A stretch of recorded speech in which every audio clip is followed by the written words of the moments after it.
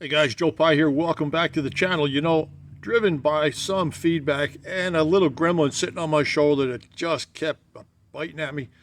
I just can't look at this draft on this part and live with it. I just can't do it. So I've been trying to think of a way to do this. Now, it's not fair for me to go to a cabinet and pull out some expensive piece of equipment and do it, or put it on a CNC and do it. That's just not fair. I want to do something that I think I can pass along to you that's going to give you something to think about. And that's why it's not done yet, because I haven't been able to come up with anything. Actually, the light just went on, and I think I have figured it out. What we have here is two parallel surfaces and a through bore and a tapped hole. Everything else is up to you. Well, as far as that's concerned, I just keep coming back to a gauge pin, keep coming back to sticking a gauge pin in here. And I've been trying to figure out how to hold this, how to establish this, so I can use this as the guide to do the outside. I don't want to do this in the machine. I want to do this entirely by hand. I want to use files on this. But when I'm done, I want it to look like it came out of a machine. So my initial thought is with the pen, and I like it with the pen. But now, how do we gap it? How do I establish the OD to the ID? And for that, I made a couple of these guys right here. Now, I know a light bulb just went on for a lot of you, and I guess what you can see what I'm about to do, right? I now have a guide for my file. As I pass my file over the brass, the aluminum will go down to the diameter of the brass and ultimately come out, hopefully, looking somewhat like a machine surface. Now, in order to stick with the rough and finish mentality like most machining operations, I'm going to put a piece of masking tape around both of these end bushings, and I'm going to try not to wear the masking tape completely off. When I get close enough and that draft is gone from the OD here, I'm going to pull that masking tape, and I'm going to use the actual brass as the guide surface for the file. Let's see if I can put this camera in a decent position, and let's file away. I like the concept. I think it sounds pretty solid. Anyway, all right. Let's change stuff up a little bit, get to it. Okay, here I'm putting the tape on the outside of the brass bushings to act as a cushion for the file. But early on, the file kept grabbing the end of the tape, and although the concept was good, and I have done this before, it just didn't cooperate this time around.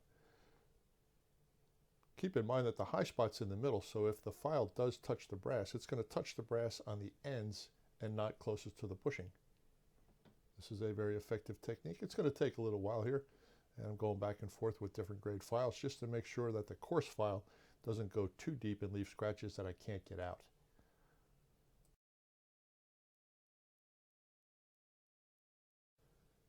When you see the scratches on the brass bushing start to get closer to the object that you are filing, you'll know that you're getting closer to being finished.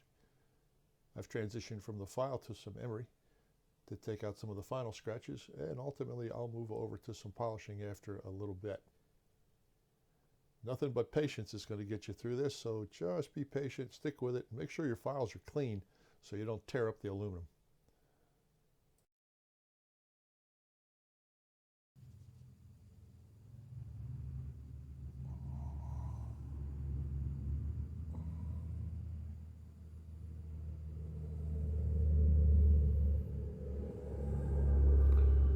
Still a little bit more to go right in this area here, then I'll put the polish to it. Now you look like a piece of chrome. So far, so good. I like this idea. That worked well.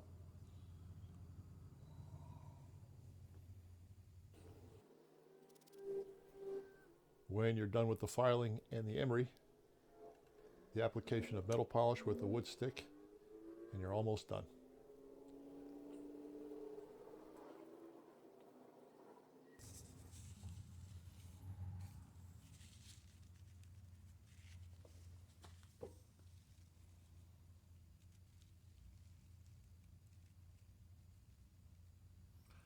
Let me shoot that with some alcohol.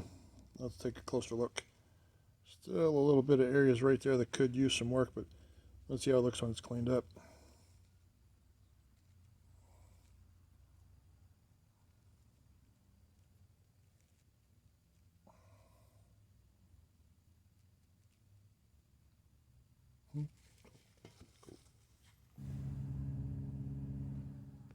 Final product has an outstanding OD finish and it is quite concentric to the ID when done with the bushings on the pin.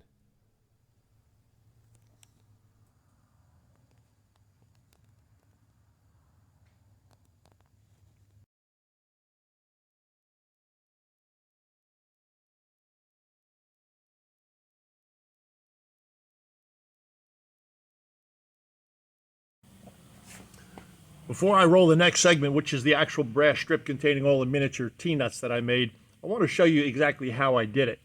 And if your machine has some backlash, if you're concerned about backlash, this is a technique that will just completely take that worry out of the equation.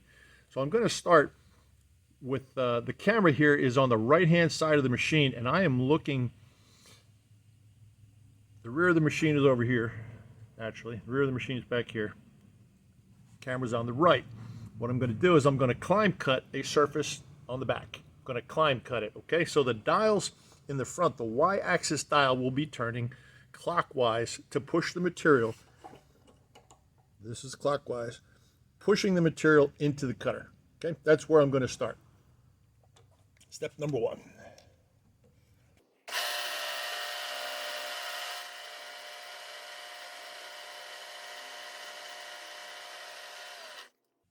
Now, regardless of what you have, so long as you have a clean surface back here where the cutter just made contact, zero out your dial or zero out your digital right now. Y-axis. Do the exact same thing for the front, but instead of cutting from left to right, cut the front from right to left. Still climb cutting, the Y-axis crank still turning clockwise.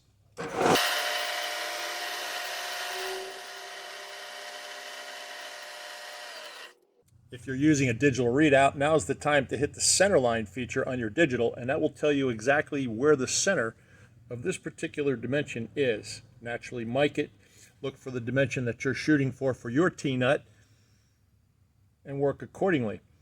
Just for sake of illustration, the digital readout was reading 0 in the back, and it's reading 800 right now.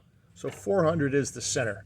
I'm going to return that cutter to 400, and I'm going to make sure that when I position the cutter, that my dials are positioned clockwise, same way as the cut. Going past, I'm coming back.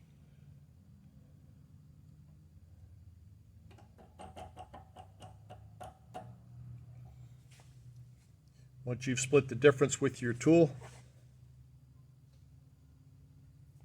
zero out the digital or zero out your dial. It's your call. I'm going to zero out the digital right now.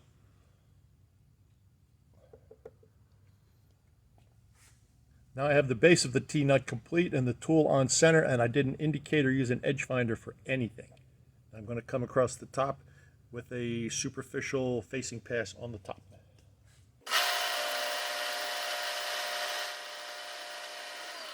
Top surface is now 0. So by raising the table, you can establish the step depth that you want on your print. Now, doing some math here, if you know the diameter of your cutter, you know the feature size, and you know what it said on your digital or your dial, then you know what offset gives you what size. That might be a little confusing, and if I have a chance, I'll put that on paper so you can see what I mean. But with the cutter now on center, you can go equidistant, off center. I like that word. It means the same in both directions. And just take your cut. Make sure everything is climbing. Start from the back over here. Climb across to this side. Move. Climb across to this side. Let's do it.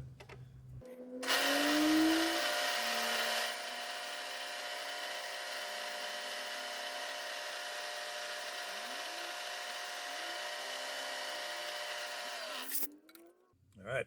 I raised the table 100 and I moved into, instead of the 400 that was showing to split the difference in the very beginning of this presentation, I went 300. So that is exactly 100 deep and 100 in.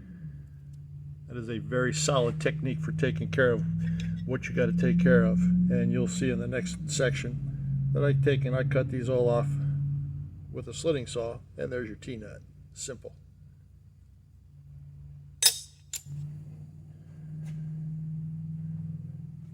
When it came time to do the T-nuts, I decided to do them in a strip as opposed to do it from the material provided. Using exactly the same size cutter, I just step the cutter through the material all the way down to form all 10 parts. Traverse one side, traverse the other side to give me the width of the bottom, decked off the top, and I did the exact same thing on the top to give me the T-shaped profile. Locating each one of the centers was really not a problem once you know the diameter of the cutter. Move the cutter in half, move the cutter in the radius of the cutter, and then half the length of the part. And then whatever the indexes were between the gaps, that is now the center to center jump for all the other operations, drilling and tapping. These are 0.80 threads in here. These are very small. 0.62 in diameter, 0.062 decimal in diameter. That is a 0-80 imperial screw. So that is relatively small. I did it this way because it's easier to deburr these if they're not moving around and you don't have to handle them one at a time. It's easier just to run a piece of emery down and all of a sudden you've got 20 edges deburred. And the same thing with all the in-betweens. You just stick your file in there and do it. I'm going to now take a slitting saw and I'm going to slice them off. I'm actually going to make a very superficial groove in one side, flip it around to the back side, make a very superficial groove in the back side as well. And then I'll take a piece of emery and run it down in that groove to deburr the bottom edge of the slots or the T-nuts, and then I'll finish the cut. Oh, that's next. To establish the starting point for the saw, lower the saw down next to the part, and I have a tool bit that I'm just rolling across the top of the part, feeling for an impact. I am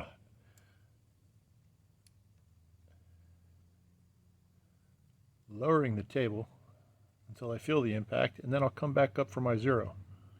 And once I know I have a nice clean transition from the part to the saw, that is my 0 spot. Raise the table the thickness of the part, start the operation.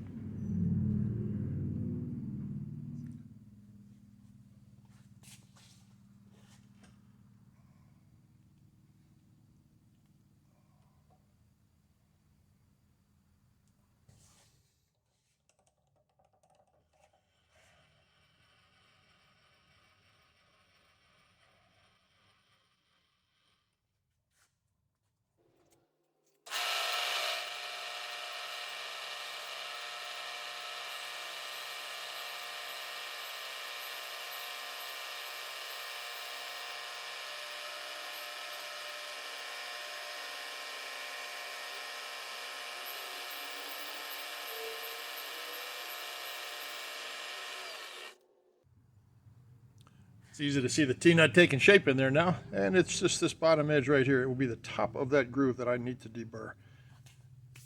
It's okay if these parts are thinner than they need to be. That bottom surface is a non-working surface. Just don't make them thicker because then they won't fit the T-slot.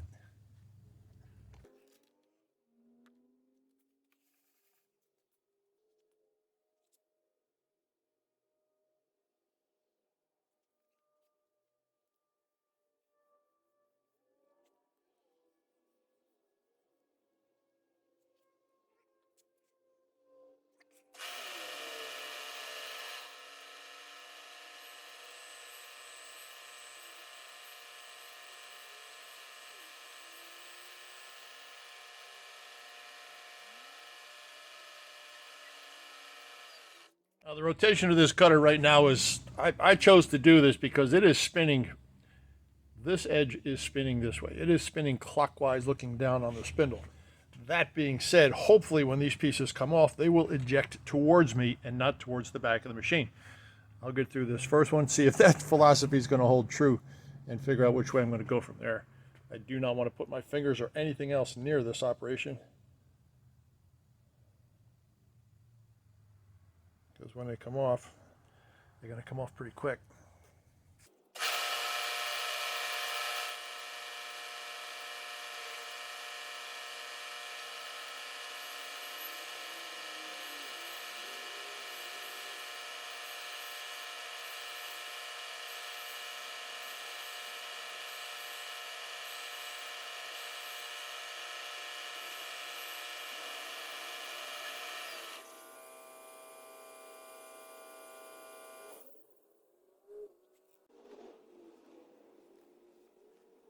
There's a small remnant from where it decided to break off from the pressure. I will clip that off and rub these on emery. And you can see that the bottom corners are deburred real well.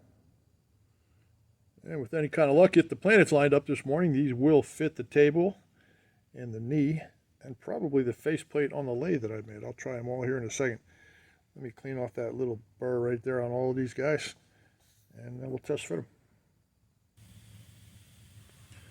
Well, I am happy to report that these T-nuts fit these little slots just beautifully.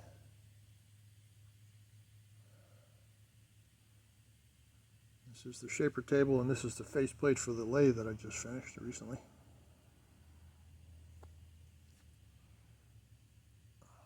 Stick one in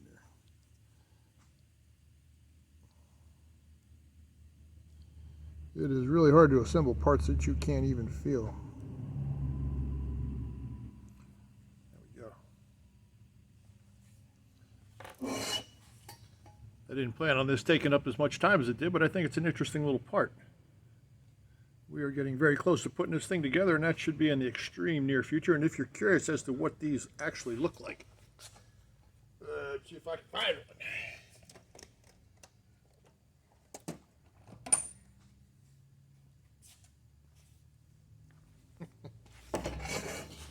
I may have to do a wide shot for this, so hold tight.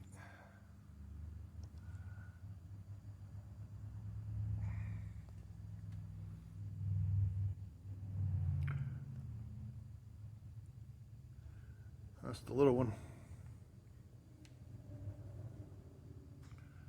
And that's what it's supposed to look like. Big difference, huh? Anyway, I do appreciate you stopping by. Thank you very much for watching. If you ever have to make these things, that was certainly an easy way to do it. If you have the material, I would suggest doing it that way.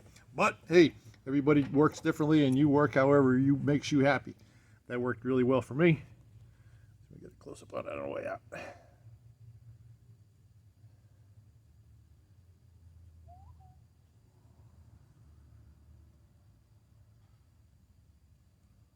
There you go. Miniature T-nuts while you wait. Thank you very much for watching. This is Joe Pye here at Advanced Innovations. Wherever you are in the world, I hope you are well and happy and safe. I'm out.